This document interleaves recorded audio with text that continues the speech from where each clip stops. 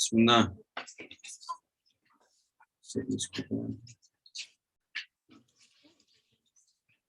Bismillah ar-Rahman ar-Rahim. Milk was tough. Black. Thank you, Sayyid.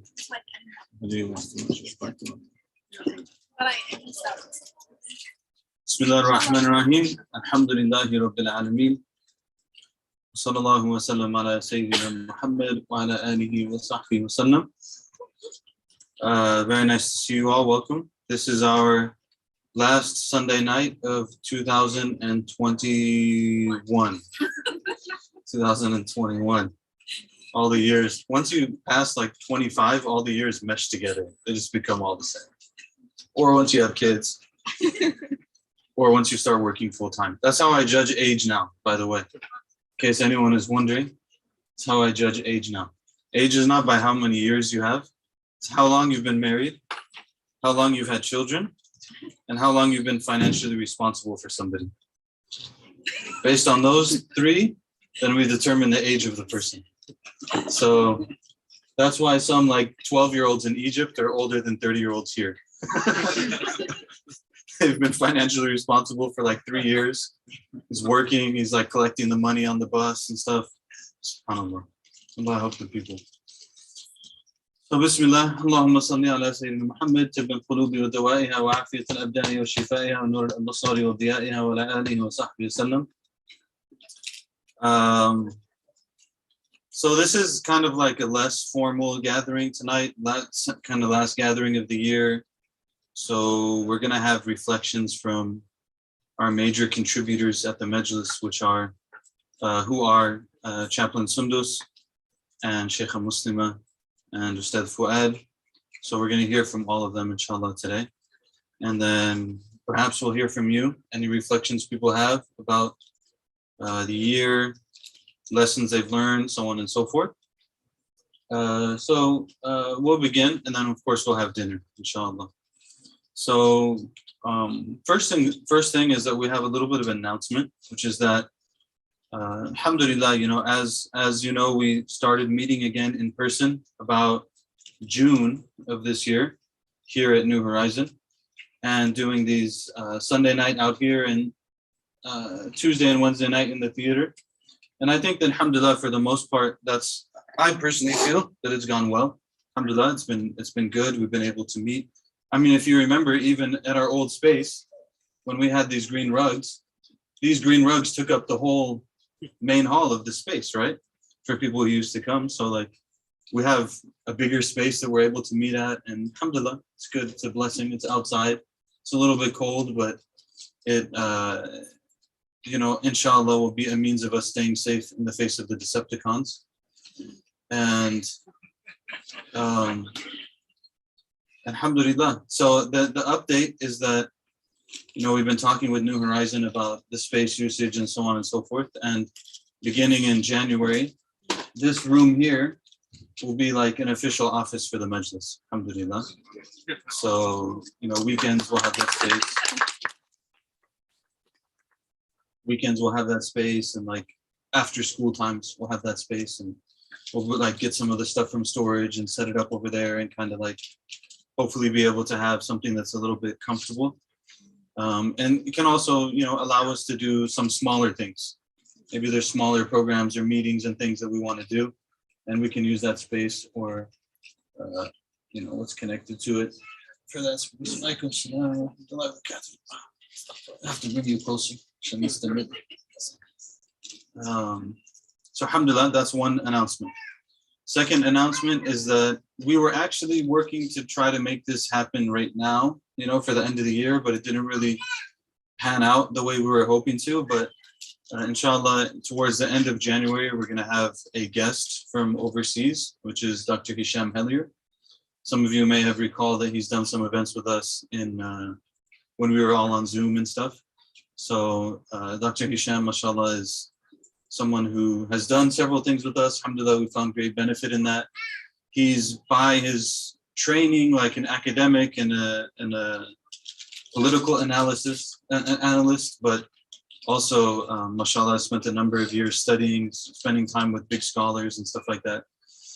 So we're looking forward to having him in the Majlis, and also, alhamdulillah, like, you know, in him coming from Egypt, he lives in Egypt. So in him coming from Egypt, and alhamdulillah, the blessing of Shaykh Muslema inviting him, then he's going to make like other stops in the US too. So he's going to spend some time with Bayan, he's going to spend some time in DC, he's going to spend some time with Zaytuna in the Bay, and inshallah make like a whole thing out of it, maybe a day in San Diego for good measure. And you know, so alhamdulillah, inshallah, that will be the weekend of January 23rd. January 23rd, assuming the world doesn't collapse before then. Inshallah it won't, but assuming there's no like travel bans or anything, you know, he should be coming then, inshallah. You have to make it happy. You know? Oh, yeah. فرح الناس شوية. Those are the announcements. Any other announcements?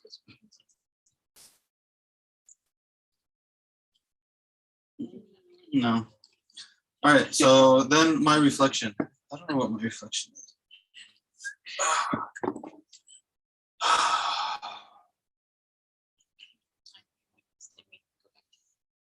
Want to pass popcorn?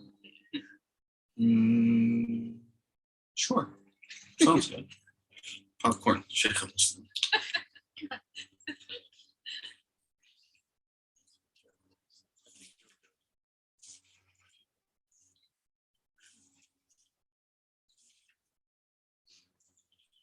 Assalamualaikum. Bismillahirrahmanirrahim. Alhamdulillah Rabbil Alameen. Sallallahu ala Sayyidina Muhammad wa ala alihi wa sahbihi wa sallam. رب اشرح لي صدري ويسر لي امري واحلل عقدة من لساني يفقهوا قولي. I think it's okay. Oh, okay. Yeah. We're just gonna do a little switch because the sound is a little better. Musical chairs. First we did popcorn, then we did musical chairs. So I had my reflections prepared in advance. I wanted to share mine so that it gives my husband a chance to gather his thoughts for his, and then we'll go back to him probably.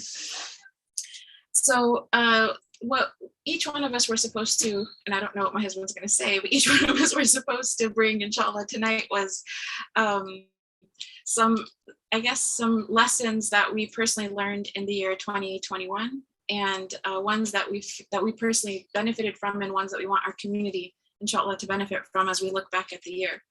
And there were only two that I wanted to really emphasize. That there were ones that I think for myself, they were really important, but also when I look at them, they're ones that I feel like are really tied to being part of a community, and really tied to, I want to say like the intention of living a life of love and service.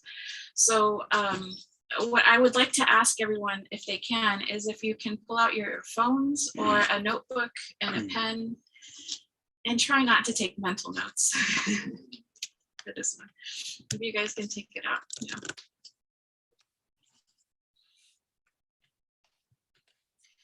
And one of the things that I reflected on for myself personally in 2021 was maybe the ability, or not even the ability, the experience, how we experience test or tribulation often is related to the way that we perceive it, and our own perspective.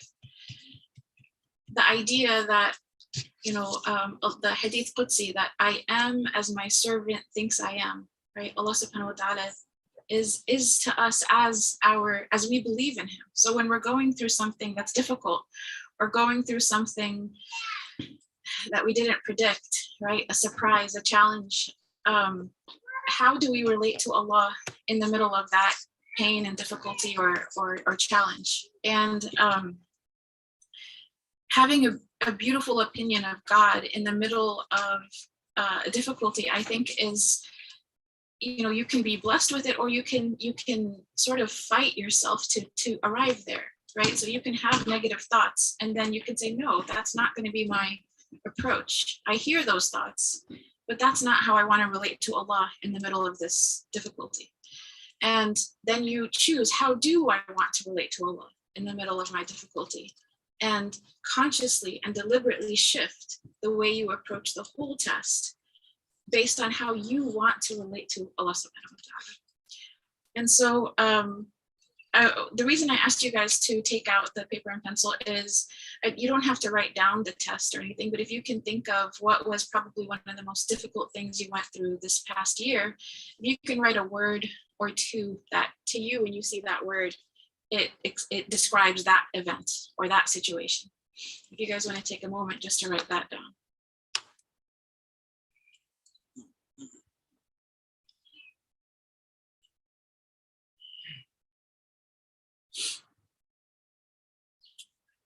And then the second thing I want you to do is, these are 3 questions. And I'm going to ask them slowly so we have a chance to think about the question itself, to write the question down if you would like to. You don't have to write this down, although I do recommend writing something that has meaning to you. It doesn't have to be complete sentences, you know, it could be your shorthand. But the first question is, looking at that event and looking at, you know, the difficulty now, hopefully it's over, is what am I grateful for from that? What was good about what happened?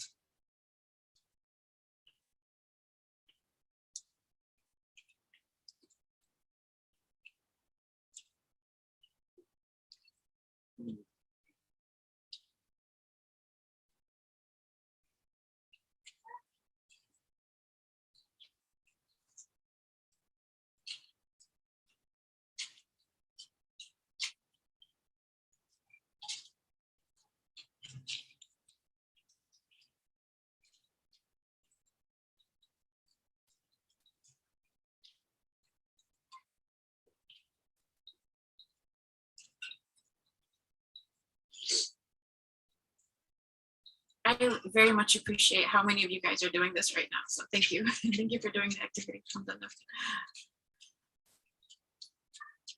it in my head.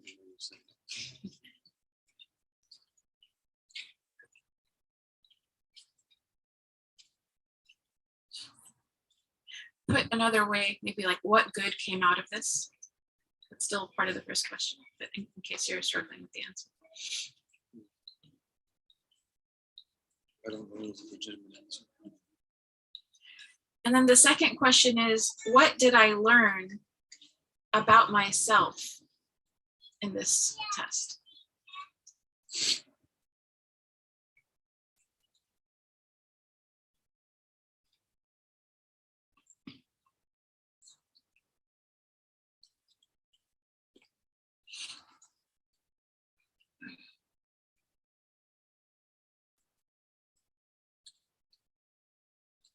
If you're scrolling, you know, My husband says, if you're scrolling, we know you're not doing it. watch those finger movements.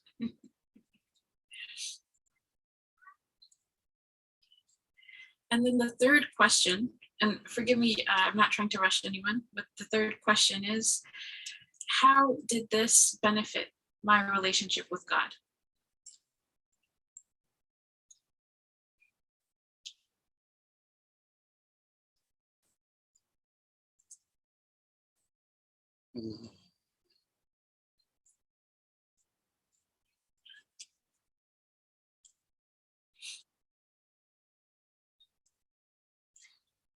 And I think those are just, you guys can continue writing. You don't have to look up or anything. I'll just be kind of talking in the background as you're still thinking.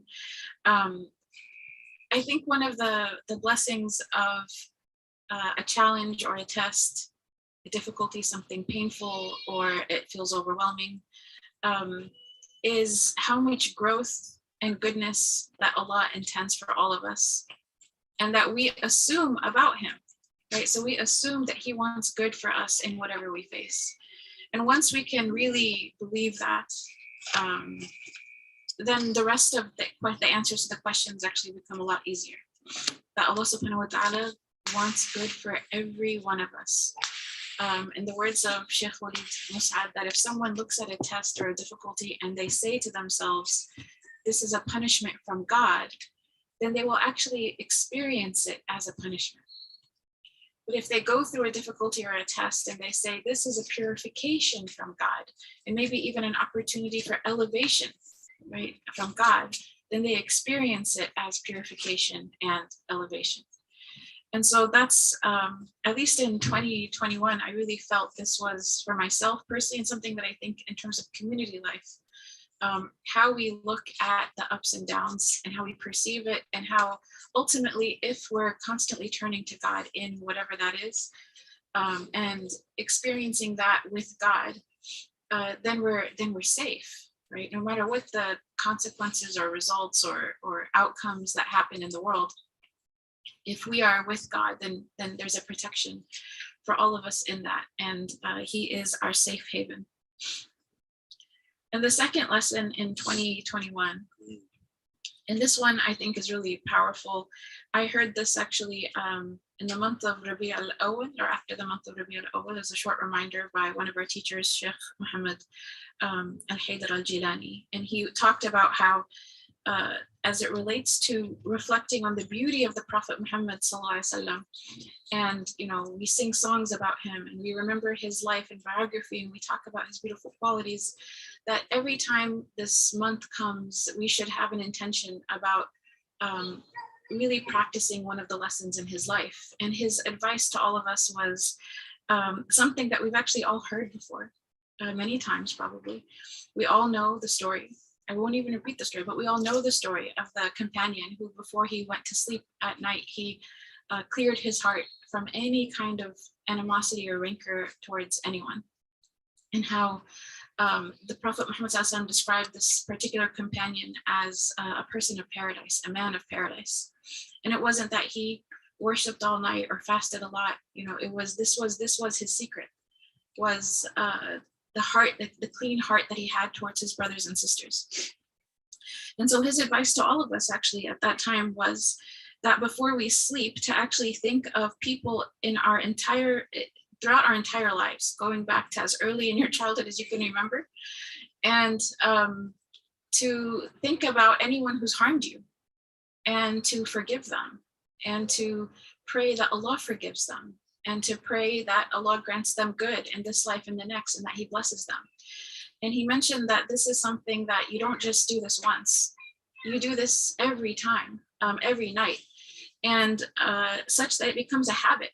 The idea of like the negative feeling or thought towards your brother or sister comes in, and as soon as you notice that it's there, you're automatically clearing that out of your heart with prayers for forgiveness and for blessings for them in this life and the next.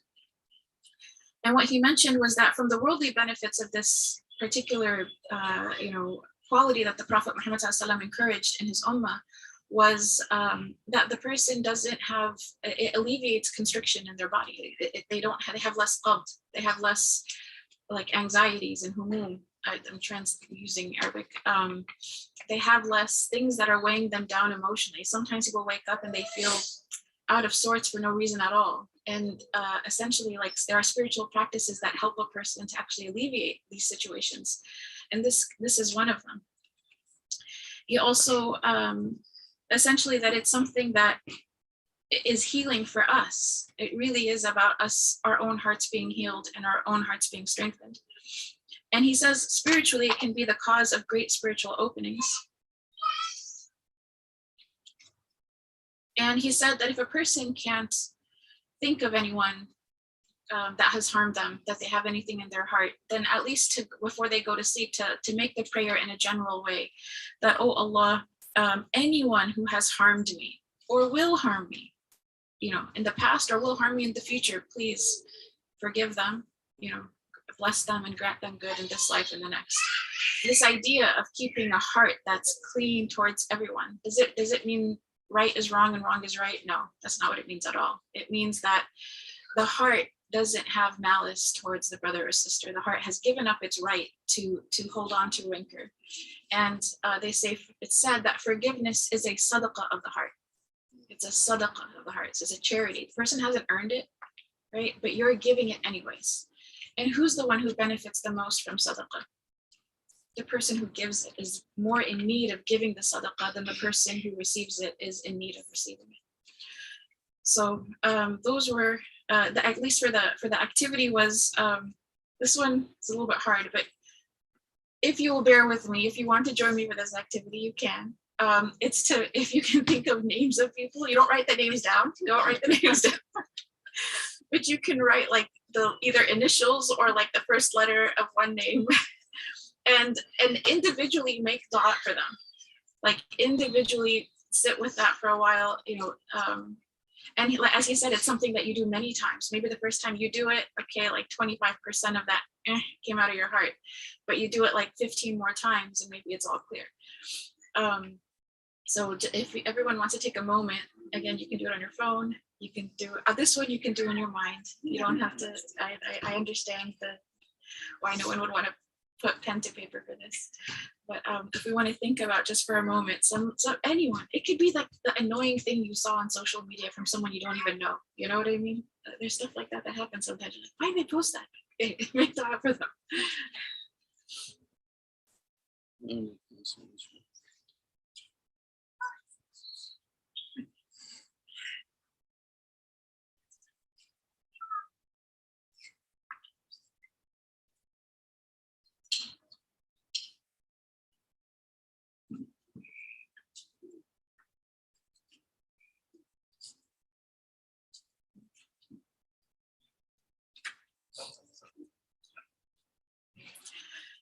And then the last thing I wanted to share with you all are just two very brief programming updates for the Majlis. We had piloted a program this year called Circles of Sohbah, and we had just under 100 people register from middle school ages all the way to adults. Elderly people, alhamdulillah. And we held 4 training sessions for these circles that included myself and Chaplain Sondos, my husband Imam Abdul Malik Merchant, and Ustadh Rihab Ramadan. These were held on Zoom. Our circles of Sohbah at the Majlis, we developed a curriculum around. There were circles for around 6 people when they registered, and people were put in circles that lived in the same region. They were given a curriculum to go through together, and it wasn't really about the curriculum. It's actually more of a spiritual support circle. So it's not about like finishing large quantities of reading, but it was about being there for each other as brothers and as sisters. And alhamdulillah, we had some middle school ones started and some high school ones started in Orange County. There is a circle of Sohbah in Canada. There's a circle of Sohbah in Saudi Arabia. There's a circle of Sohbah meeting virtually, I believe, in Europe. And some of them are really struggling to be consistent in their gatherings, and others have really flourished, and this is like their thing. They really, alhamdulillah, for them, it's really been working out. And what we plan to do, inshallah, for 2022 is to reinvigorate these circles and this project in general, to revisit it and to hopefully develop some mechanisms by which we can hopefully, inshallah, expand it in a bigger way come 2022. The second thing is that a second virtual program that we did was something called the Majlis Ladies Study Circle, and this was also done virtually. And the idea was to cover some basic subjects that are what we call farda'in topics, right? Like the topics everyone has to know from their religion. And so we had one part of the circle was covering the poem Aqidat al-Najah, which is a poem in Aqidah. And we used the commentary of Dr. Umar Abdullah for that. We also did a section in Tazkiyah, and we using the book Adab al-Suhbah from Imam al-Sha'rani. And then we also had 2 other female instructors join us for this to cover fiqh according to a madhab, fiqh al-ibadat. So for the Shafi'i fiqh, alhamdulillah, we were blessed to have Ustadha Muzaina Nofal join us all the way from Canada. And sometimes while she was teaching, she was actually in the Gambia, in West Africa, and alhamdulillah, teaching the circle. And then we also had Ustadha Rashida Plenty teaching Maliki fiqh, alhamdulillah, and I am teaching Hanafi fiqh. And so that circle started last year. We announced it in Ramadan of last year, and actually Ramadan of 2020, and it's still, alhamdulillah, been going in the sense that we've the fiqh classes, the Shafi'i fiqh class that has finished, and the Maliki and the Hanafi fiqh classes are still going. And hopefully, inshallah, as soon as we finish our text, we're almost done. We're hope to do a part 2 or 2.0 version of this program as well, inshallah, in 2022. But these were virtual programs that made the Majlis community a lot bigger than Southern California. And we have, alhamdulillah, people who tune in. Like one of our main volunteers for this program lives in New York.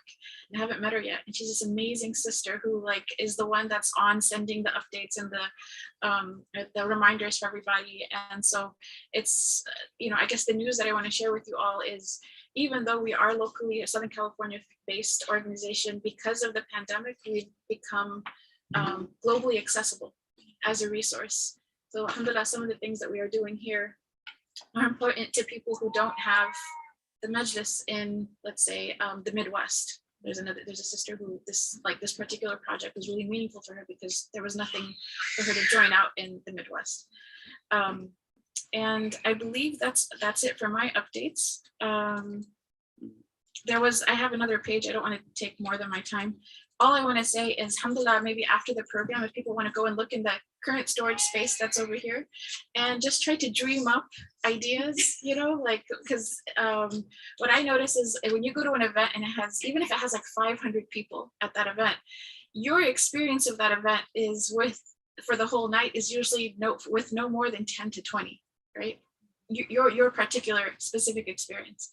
And so in that space, maybe we're not going to have the 500 people fit right there during COVID-19, but we may be able to do a lot of smaller intimate gatherings for different age groups. Right now, this is the first time, inshallah, maybe by having a consistent, semi-usable regular space, whether it's elementary school kids or middle school or high school, or circles of suhbah, circles wanting to meet there, or whatever the case is. So if people want to go and take a look at it, if you have ideas, inshallah 2022 will be a year where we're going to explore all of these things together. So barakallahu fikum. Assalamu alaikum.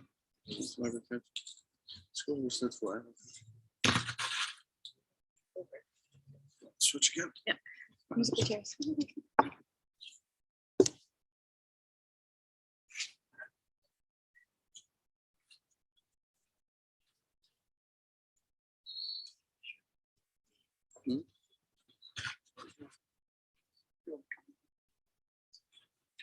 بسم الله الرحمن الرحيم الحمد لله والصلاة والسلام على سيدنا رسول الله وآله وصحبه ومن والاه. So first of all, I just want to thank Shaykh Muslema, Shaykh Jamaal for again affording us an opportunity to come together in this way and to benefit from one another and to be with one another. Thank the volunteers and everybody who are behind the scenes making this look and feel the way that it does. Really, I think that is at the heart of what the Majlis is about and why the Majlis is so important. Can you all hear me? Not really? Is this better? Okay, so is this better? Yeah. Hello. Did you turn it off? Did you turn it off? It's on. Check.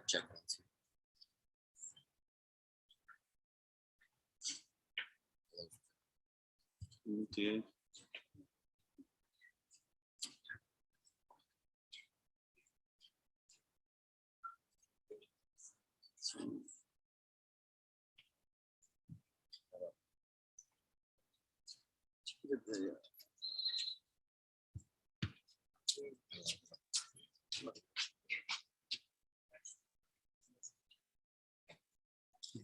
Let us know we do it, Muslim.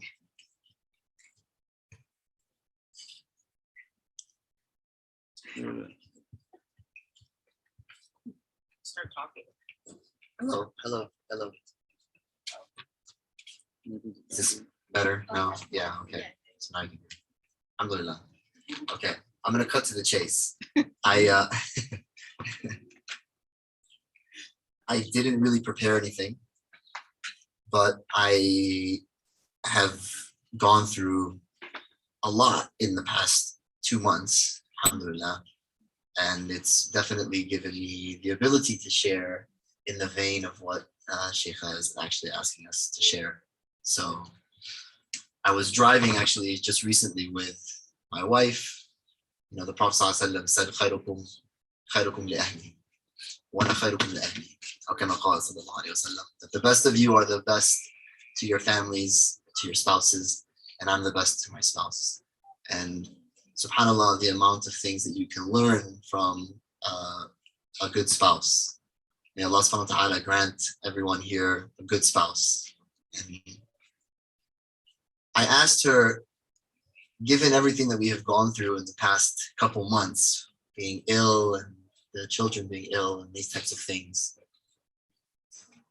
I feel like I haven't really been as good a husband as I probably should have been. So if there are 3 things that you can tell me if I had done or if I do in the future that would make me a better husband, what would those 3 things be?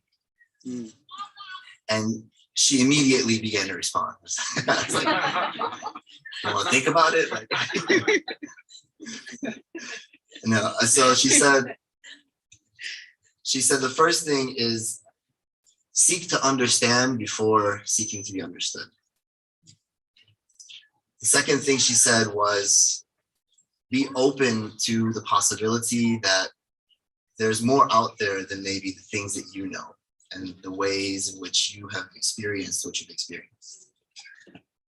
And lastly, be more kind and do more kind things for people.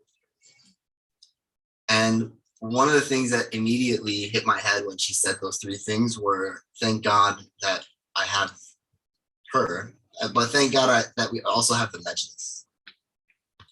Because particularly for me and the type of pursuit that I've had in seeking knowledge and being around people that are very sort of academic in their disposition, it oftentimes cuts it off from being something that's lived and real and tangible and getting at the heart of what it is that our Prophet's legacy sallallahu alaihi wasallam was actually about.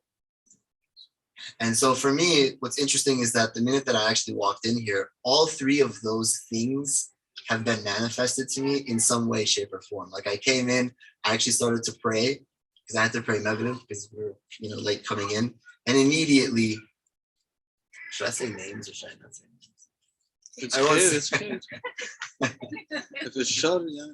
Immediately, You can say names. Should I say? I think it's okay. Yeah.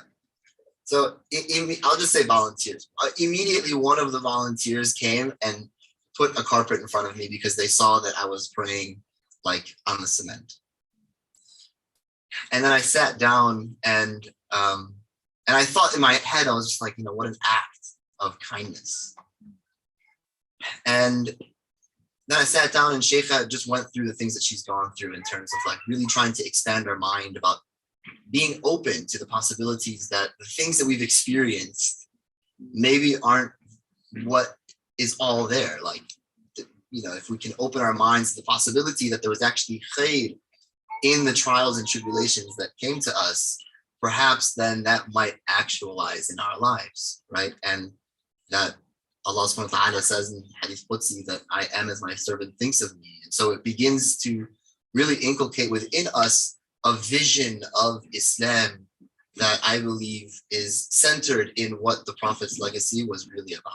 Sallallahu alaihi wasallam. And the idea of seeking to understand before seeking to be understood. Just this week, something happened on social media, as it always does. And I was so irritated by it. And I went immediately to Shaykh Jamaal and said, Shaykh, should I say something about this? And he kind of came back to me and his response was all about me seeking to understand the individual or group of individuals who may have done this particular thing and to sort of sit with it and give it more time before I seek to be understood in terms of the reply that I give. Yeah.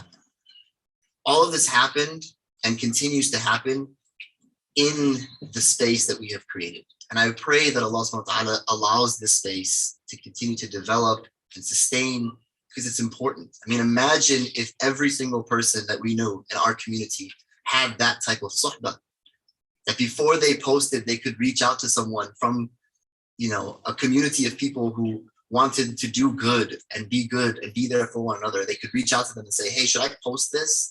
And then that individual could say, well, maybe not.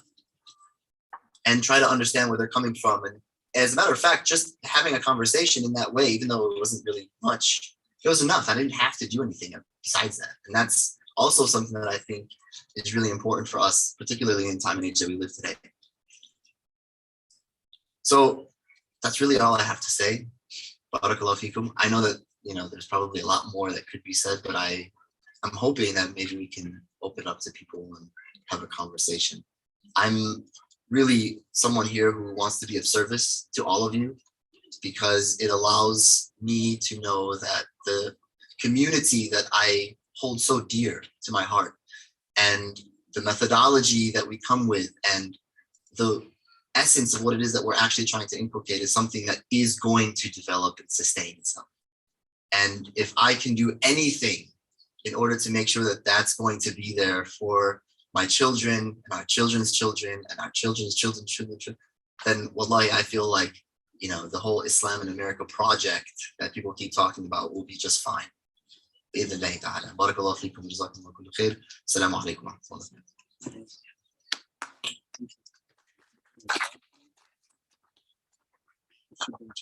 Yes, we. She want to come here?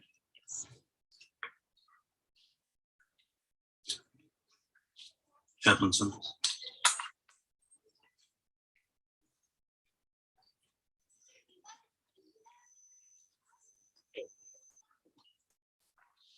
I know I'm dressed like I'm supposed to be in Alaska. Listen, I'm raised in Southern California. It's freezing. It's really wonderful to see everybody. I'm going to be very, very brief. Inshallah. As I was trying to put some thoughts together, I was doing a look back in the year. And I remembered around this time last year, we were also doing some reflections. And I had looked to the seerah of our beloved Prophet ﷺ to kind of get a sense of where we're at as a community and how does it mirror where they were as a community. And we talked a little bit about the breaking of the early community of Muslims in Mecca when they were persecuted and had to leave to Abyssinia under the king Najashi, and how families were split and friends were split and a community was split for their own safety. And so we drew some parallels between that story and us as a community, the beginning community of the Majlis, and how for our own safety, loved ones had to split apart and families, our chosen family here. And in a way, how we're still a little bit in transition. I was really heartened to hear the announcement, mashallah, of the space that's here at New Horizon. And so grateful for that and that partnership. And to me, that speaks a little bit, or mirrors rather, the partnership that the early Muslim community had with the King Najashi and the group that they had over there. And I think what was important for me as a lesson when I was looking at that story and rereading the beautiful dialogue that the Muslims had with the king and the ways in which they used that opportunity and that split to determine who they were as a community. How were they the same as the people who were hosting them and the king who was hosting them, but also really importantly, how were they different? And I think for us as the Majlis community, we're also doing a little bit of that soul searching. And on an individual level as well, we are also doing that soul searching, that having some time apart, then coming back together again. Being a little bit more mindful about the spaces that we occupy and the people with whom we're interacting. What are our values? What are our priorities? How do we want to use our time? And so I began to ask myself, well, what brings us to the Majlis every week?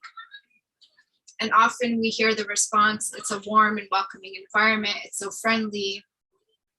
Everybody knows your name. I'm like, that's good, but let's dig a little bit deeper. That's maybe what brings us to the Majlis, but what makes us stay?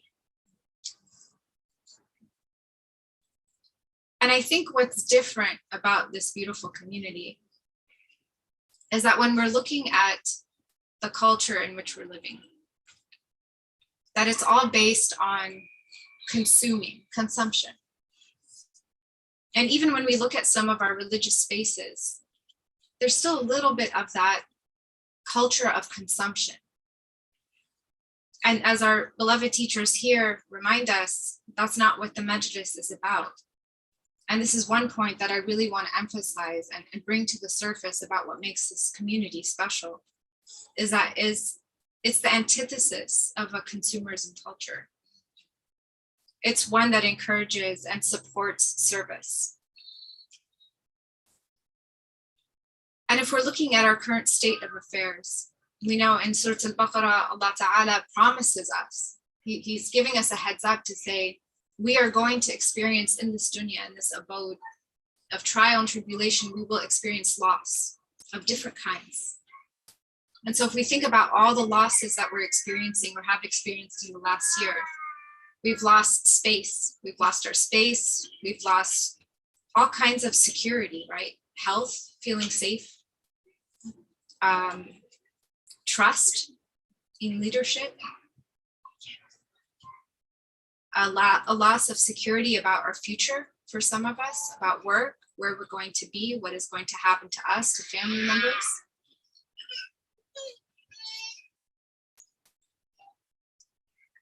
And what I really appreciate about us coming together every week into this space is that, yes, we are in a way consuming knowledge and information, but our teachers are always really careful to bring the mirror back and shine it back at us and say, what are we going to do with this wealth that we are being given when we come to this space? How are we going to pay it forward? How are we going to use it? And so what I see here, what happens week after week, is that there's, in a way, we are being equipped as individuals and on a community level to go back out there and do something. And so we're equipped with knowledge on how to be by our beloved teachers here. They offer spiritual support while we're being and experiencing how to be, right?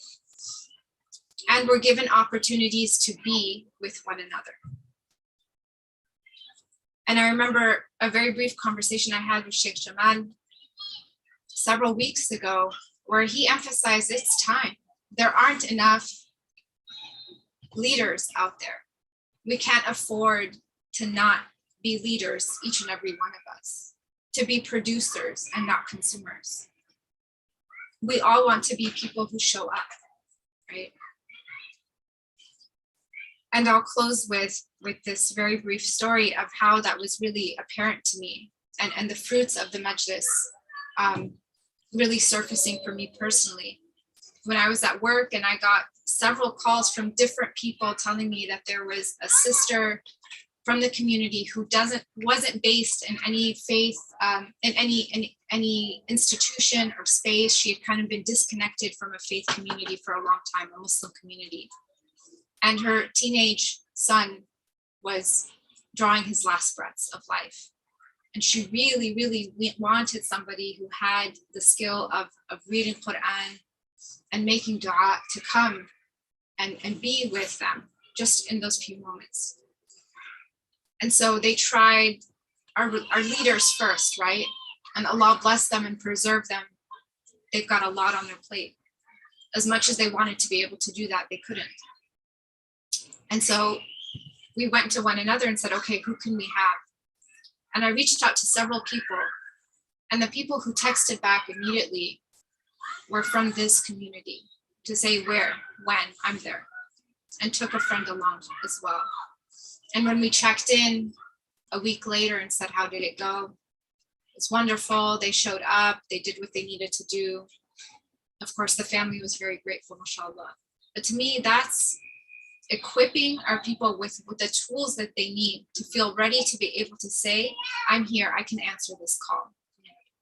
So I say, keep coming back every week so that you personally, individually, can be equipped with the knowledge, with these skills to be with one another. And then we kind of test it out on one another in this group. And so whenever the call comes, inshallah, from any one of us, whether it's us sitting up here or anybody in the crowd saying, I need help, I need you to be there, that every single one of us, inshallah, will feel confident enough to say, I can do it. Shukran. Jazakumullah khairan. Assalamu alaikum wa rahmatullahi wa barakatuh.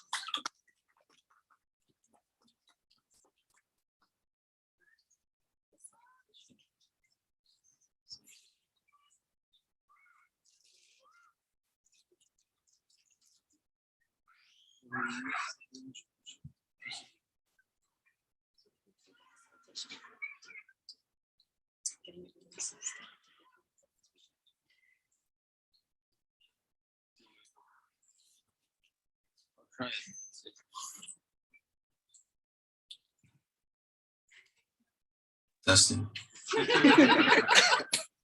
Maybe I can use it. I can take it. Yeah. Thank you.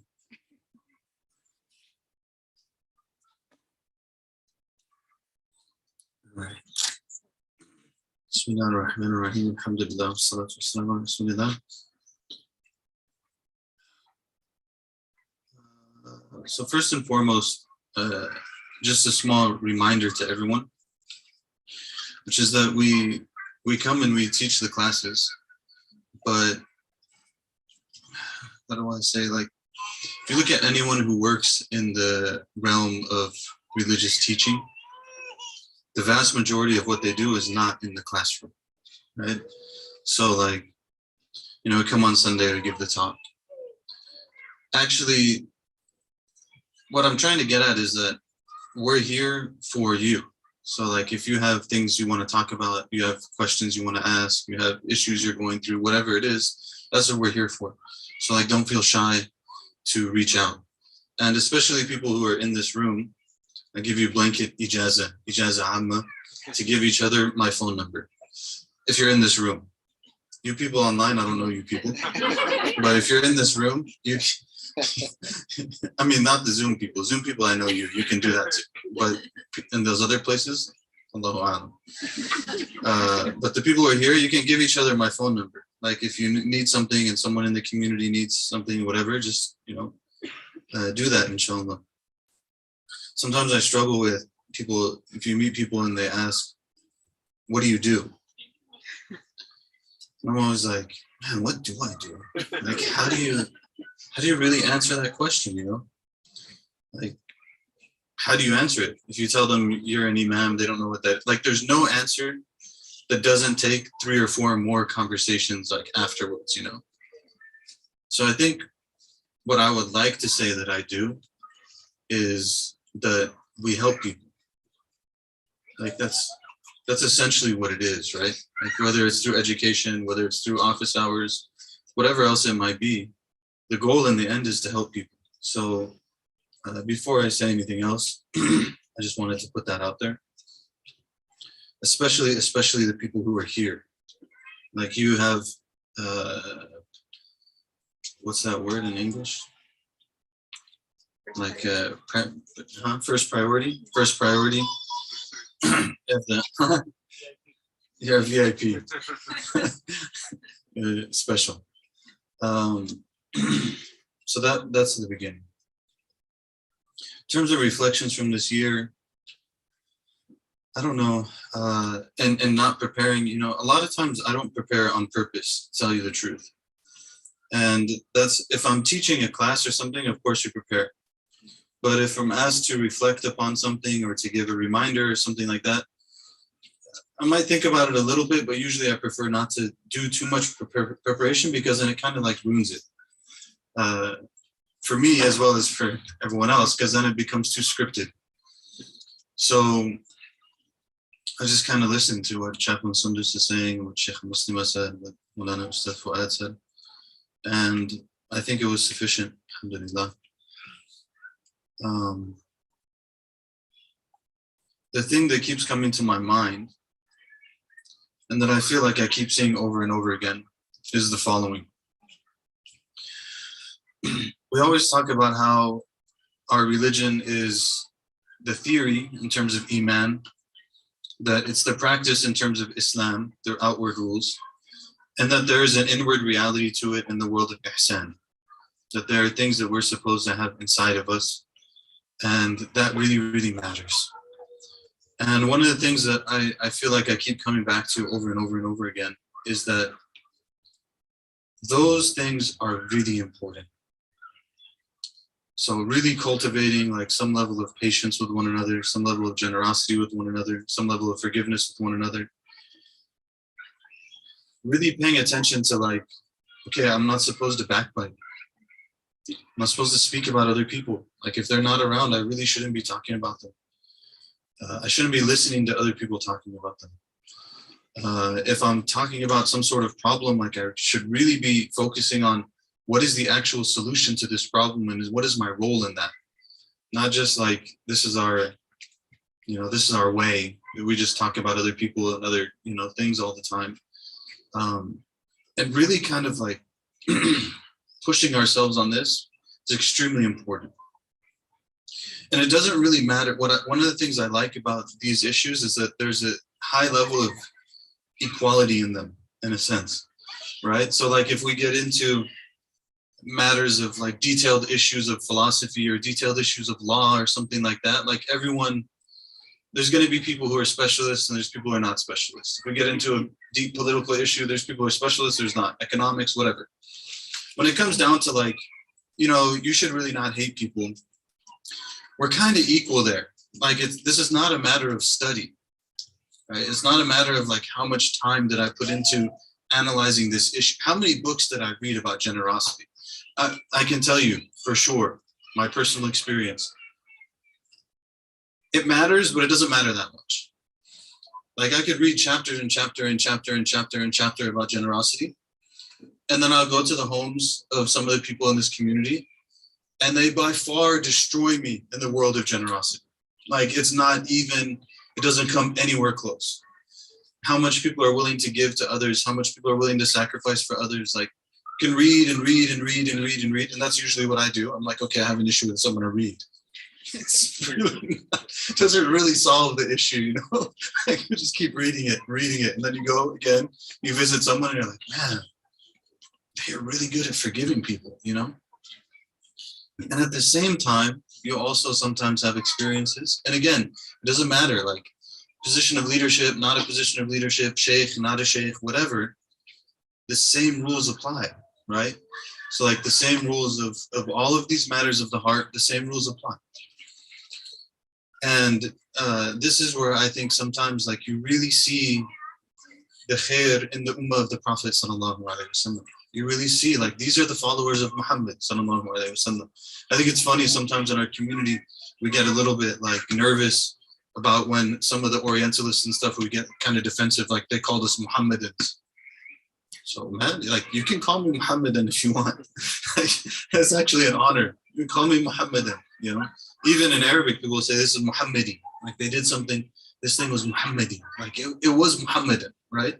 That's actually a good thing. When you see people, you're like, oh, that's the good in the ummah of the Prophet sallallahu alaihi wasallam.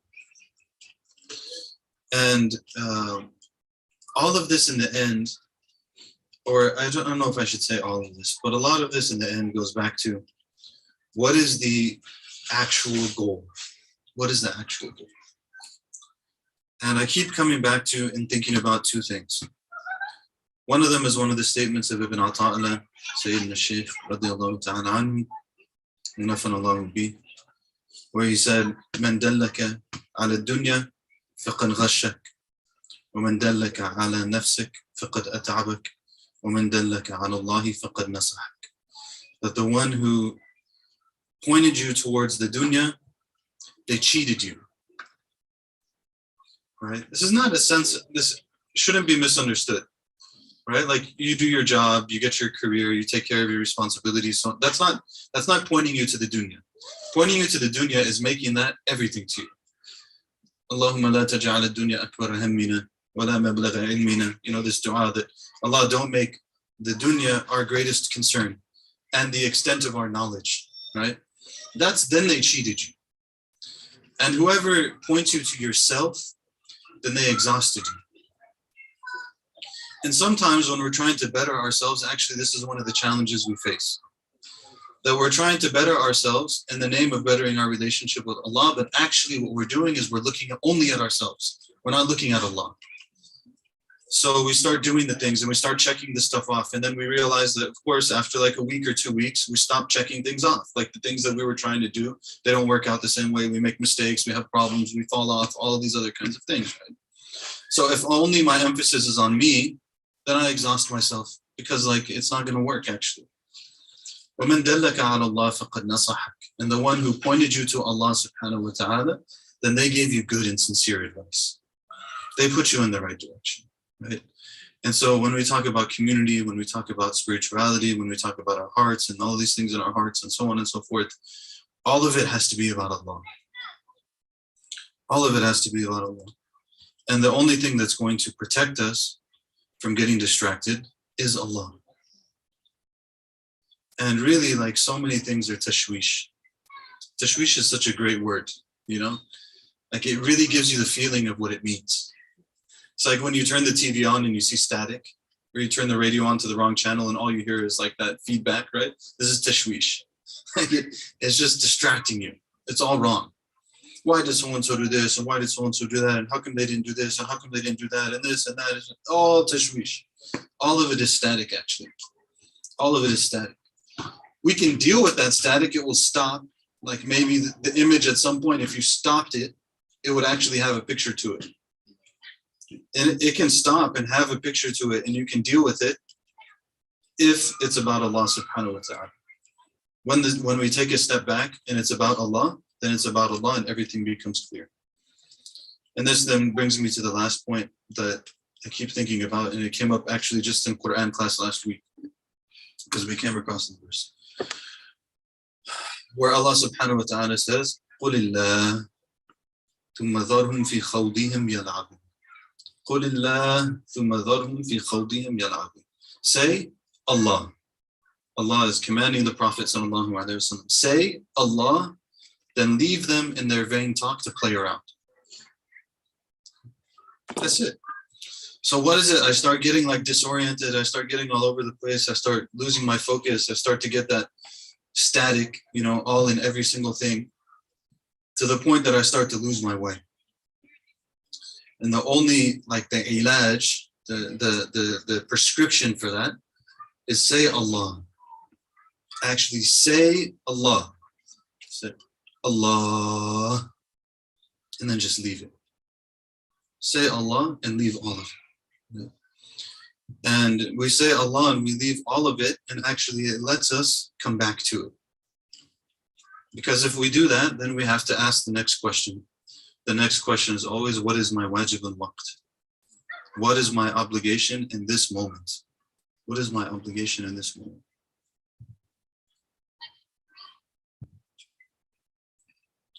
And there's a lot of distractions, you know. Everyone has their own particular obligations.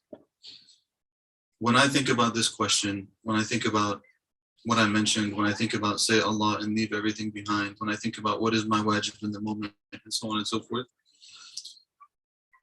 I'll close on this point. Then it always comes back to, or one of the things that I'm reminded of, especially in these days, is Shaykh Ahmad Effet, Allah yarhamah. Probably many of you means nothing to you, but to me it means a lot. And Shaykh Ahmad Effet, Allah yarhamah, was killed 10 years ago, 3 days ago. So like, as of 3 days ago, it was 10 years now have passed since he was killed. And, you know, Shaykh Ahmad, Allah yarhamah, for many, so why does this matter to me? This matters to me because there are individuals who still they are the inheritors of the Prophet sallallahu alaihi wasallam. So when you see them and you see what they do and you see the way that they do things, then you feel like you got a glimpse of the Prophet sallallahu alaihi wasallam. And نحسبه كذلك ولا نزكي على الله أحدا. You know, I feel that he was like that, and Allah knows best. You know, may Allah accept him from the shuhada. But you see, you know, like someone who was focused. This is what he was about. This is what he did. This is how people should be treated. This is how people should be engaged with. This is how people should be interacted with. This is what I'm about. This is what I'm not about. And all of the other things don't matter. You know? So like he could go to his work in Dar al-Iftat and the house of Fatwa and wear his clothes and like wear his imama and everything else and be like the Shaykh, the Azhari Shaykh. And then he could take all of that off and go into the square and join the protesters and sweep the floor. Right? And like pick up things off the ground. And how do you do that? That's Muhammadan. That's Muhammadan. You say Allah and nothing else matters. It's not this, it's not that. It's about the people, it's about Allah, it's about what is the role, how do we fulfill the way of the Prophet sallallahu alaihi wasallam. So if there's anything like I'll just leave with is that maybe we can try to use this as something in our lives. When we start to get distracted, just say Allah, Allah, Allah, Allah. Say Allah until everything else breaks away. All of the other stuff breaks away and there's only Allah. And as long as there's only Allah, everything takes care of itself. May Allah subhanahu wa ta'ala give us tawfiq. Sallallahu alaihi wa sallam ala sayyidina Muhammad wa ala alihi wa sallam. Inshallah, right now, Chaplain Sondos is going to lead an activity with all of us about, you know, this gathering is about closure, a little bit of the closure of, I want to say 2021. And we shared some of our reflections with you, but we would also like, inshallah, to benefit from your reflections. And inshallah, Chaplain Sondos will lead this activity.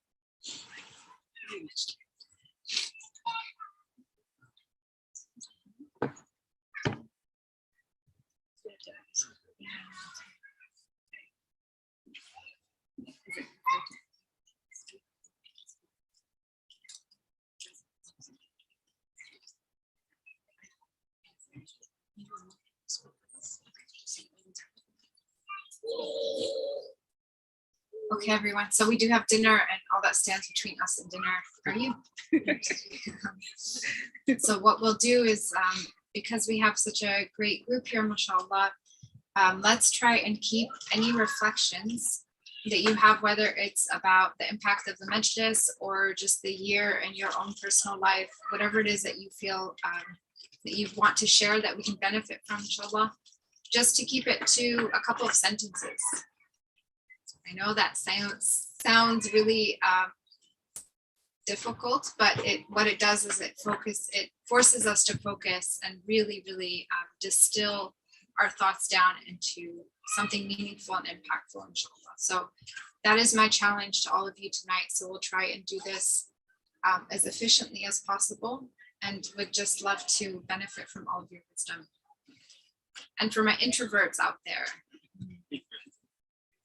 what can we do for our introverts? You can text it. You can text it. You can write it down on a piece of paper and pass it up if you want, and then one of us can read it. Read your couple of sentences. How about that? Sound good? All right, Bismillah. Who would like to start us off?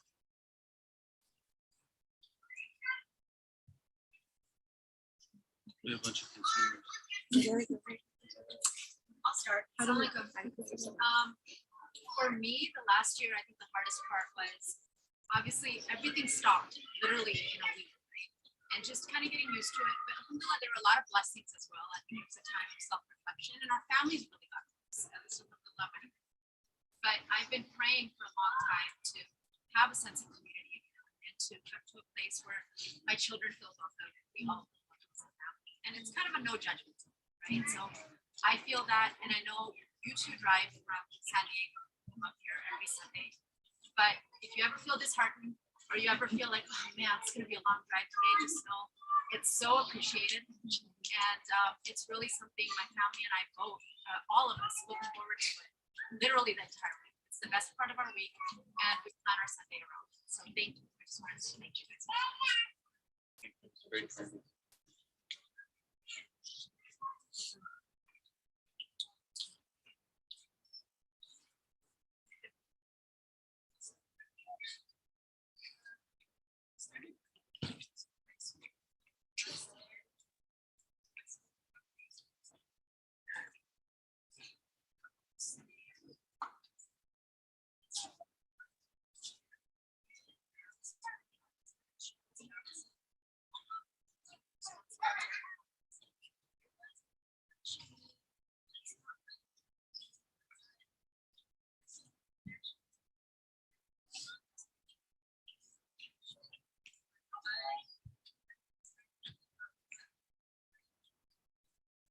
Mm.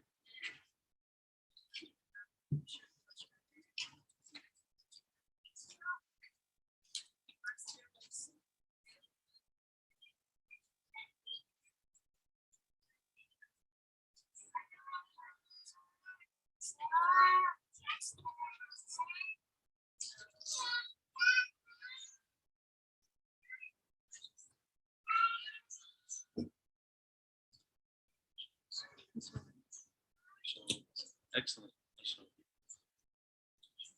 For those who couldn't hear, the sister was sharing that she went through some difficulty this past year, but really changed her perspective. And what really caught me was her statement, what can I do for Allah? That her perspective really changed, and alhamdulillah, she's doing a lot better this year and increased spirituality and turning back to me. Others? Just coming here, it was a shift in perspective because pre-pandemic, I never realized how busy I was and distracted to all these activities, and then all of them came to a halt. And I think the perspective that shifted was it also caused me to look at my relationship with not just from the obligations, but the actual relationship that clients and Shaykha and Ustadh, all of these other sides, making a lot of the best practices. So just that learning to depend on the right source.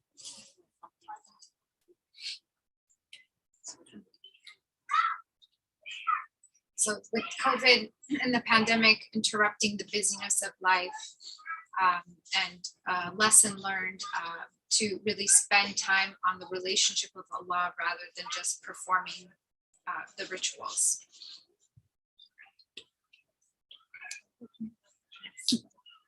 Yeah, so I had a very difficult decision to make this past year, and decision was for the first reasons why I was marching forward to achieve something or get something, and I was getting second thought whether I'm doing the right thing or not.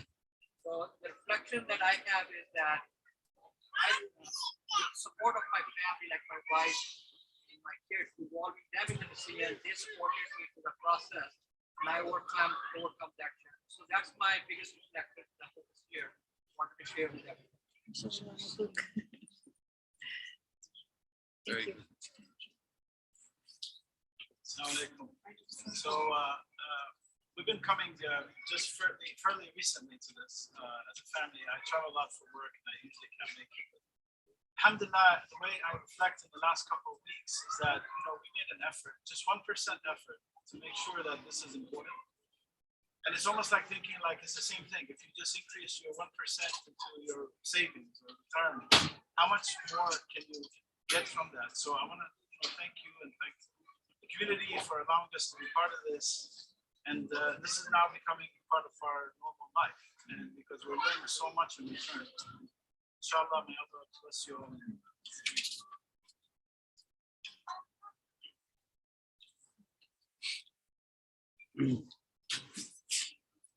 I'll probably say what I learned in the past 3 months from each one of you very quickly. So from Sheikh Jamaal, I think the devotions of Imam Nawawi, when you repeat Allah 3 times, that's something that sticks with me every pleasure really well. And also I'm eating less naturally. So I'm losing weight without doing anything. Muslema, I'm very inspired when you talk about the pull of the clay and the pull of the light and the soul, and the part when you try to identify the inner voices inside you, where they are coming from, and the sources of these voices in your Quran classes. It's been very helpful. It's very helpful, these two concepts. Sheikh Talib, Ustadh Talib, there's 2 names, there's 2 people that have the same name. That's why your course has been very a cornerstone missing in my life for a long time. Really put some roots, firmer ground, and amount of confidence it provides is immense. So I wish I'm sure I'm going to learn a lot. I didn't really get to spend time with you, but your demeanor and your actions in general reflects a lot of calm, and that's beautiful. Thank you.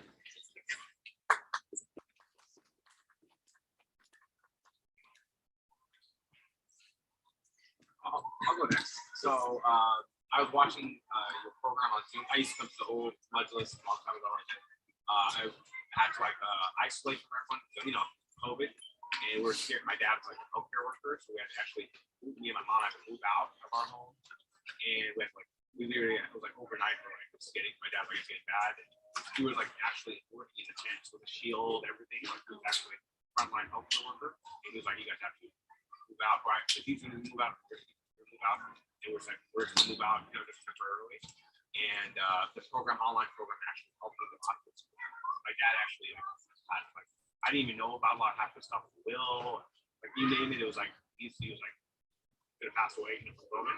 He didn't get COVID anyway, but it was really stressful for me. And I literally had everything, all the groceries and delivery, allow me to drive all the way back here, pick it up from him. And then it would be I would be wearing a mask, he didn't shield, he would be wearing a mask, he'd get COVID tested. So your online program actually helped a lot. And then and now I'm back to every back to normal. And then you guys are all genuine. I mean, I can actually see it in you guys. You guys actually have good hearted, actually have good souls. So I just want to thank everyone here. So thank you so much, everyone. Keep up.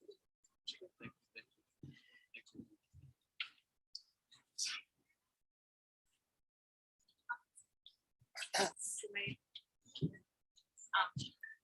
I've been in California for about 8 years now.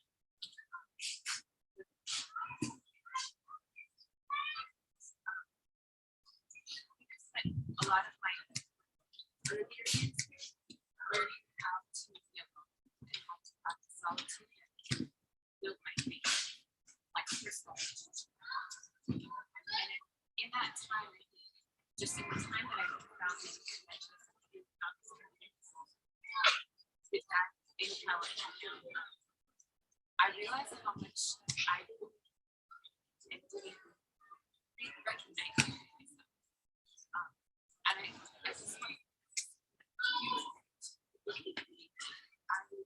I was watching earlier today, and I thought of each and every one of you guys.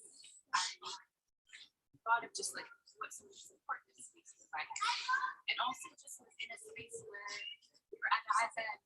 Family is going through so much that they forgot to as sort of the steps, and all I was thinking was, what would you guys do, and how can I help this? And that is sort of what you were saying with resonating. How can we take our teachings and to the rest of our life?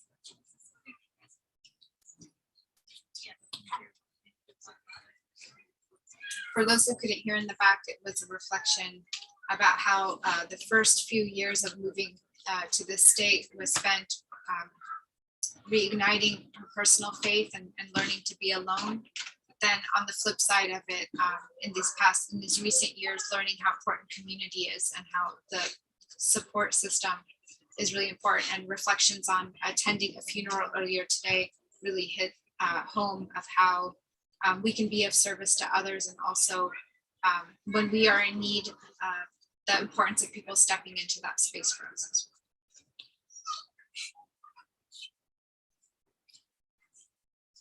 No texts or papers from Andrew.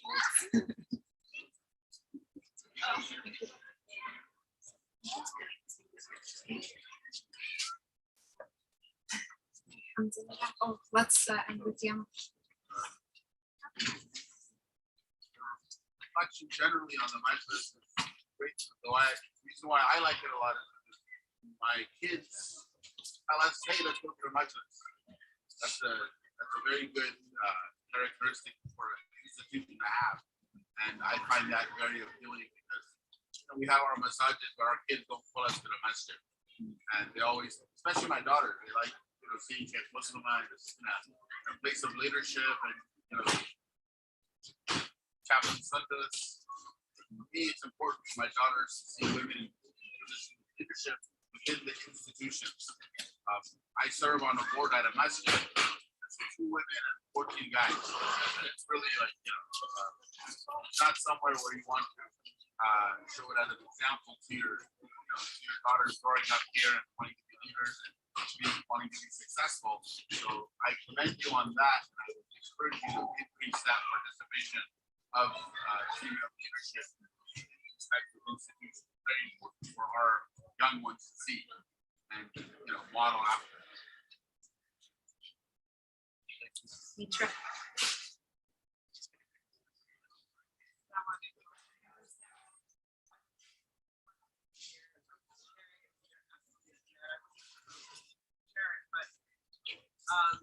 The openness to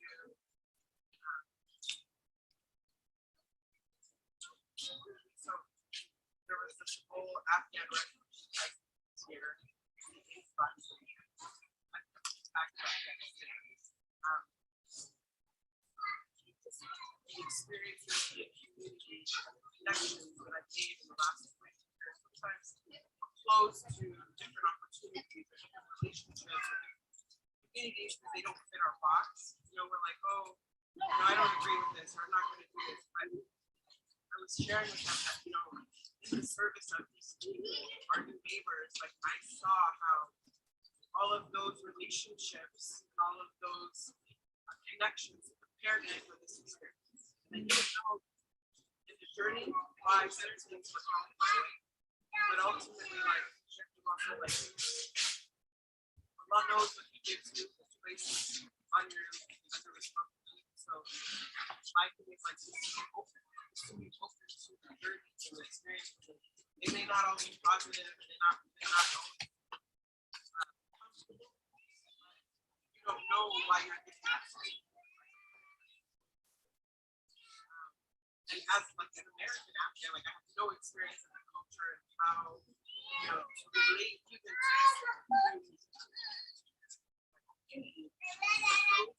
those challenging relationships and spaces prepared for this. So I think that's what I like about the Majlis. That openness prepares you for challenges in the communities that you serve in. Thank you all for sharing so generously from your wells of knowledge and knowledge. I'll pass it back to Shaykh. We're gonna have Ustadh close with a closing dot for all of us, but another big thing that we would like to do is to thank everyone who has come this long with us, with the journey of the Majlis. A big thank you to the volunteers. I know some of you guys were saying, when you see the teachers say this, but really, like, I want to say 90% of it is not us, it's them. They are the ones who make this so welcoming. They're the ones who prepare the space, and they serve the tea and the food, and they bring their warmth and their genuineness and their beautiful souls and energy to the space as the volunteers. And they're probably more of your experience at the program than even the teachers or the instructors or the speakers. And so to the volunteers of the Majlis, we call them our hospitality committee, our hospitality family. Thank you to all of you. I don't know if they can even hear me right now, but we're in your prayers, and may Allah bless and protect all of them. May all of our single volunteers get married to beautiful, wonderful spouses that they find at the Majlis, inshallah. That's one of my prayers. And attendees as well. And also thank you to all those who are here in attendance. You guys also, you bring that energy to the space. You're bringing it with you. You're making it safe for other people here. You are part of the reason why this feels safe to the person sitting next to you. So thank you guys for coming and for bringing that to everyone who has supported us, and either with prayers or financial support, whichever way, helping and offering a helping hand during cleanup, whatever it is. Thank you for supporting us all this way. And I'm gonna ask if my husband has any other words he wants to share. Okay, and then I guess we're gonna close with that, and then food is ready on the side after we pray with Ustadh Fouad, inshallah.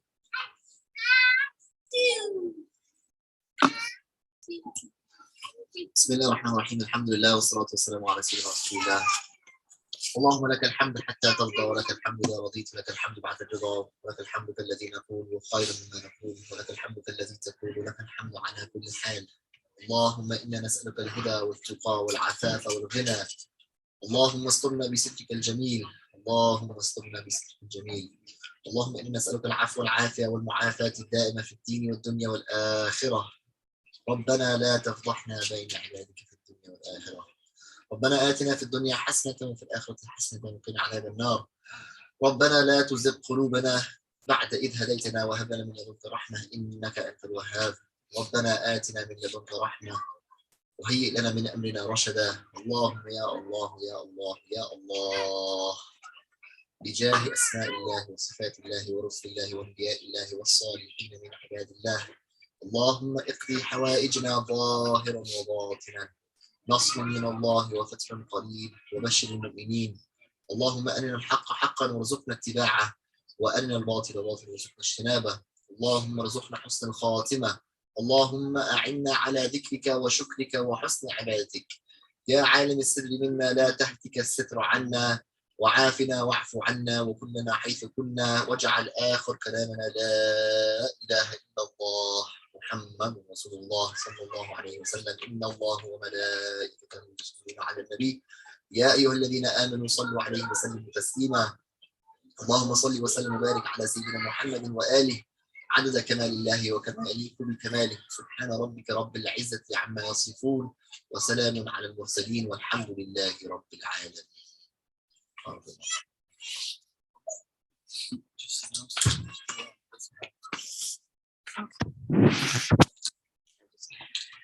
Just wanted to let everyone know we're on break from now, like Majlis programming break from now until January 9th. Sunday, January 9th, we'll be here again, inshallah. But in these 3 weeks, we're going to be cleaning out our storage space. We're going to be downsizing the office. We're going to be decorating that office, that storage. It'll be, inshallah, it'll be beautiful. And we will reopen with it on January 9th, inshallah. Assalamu alaikum.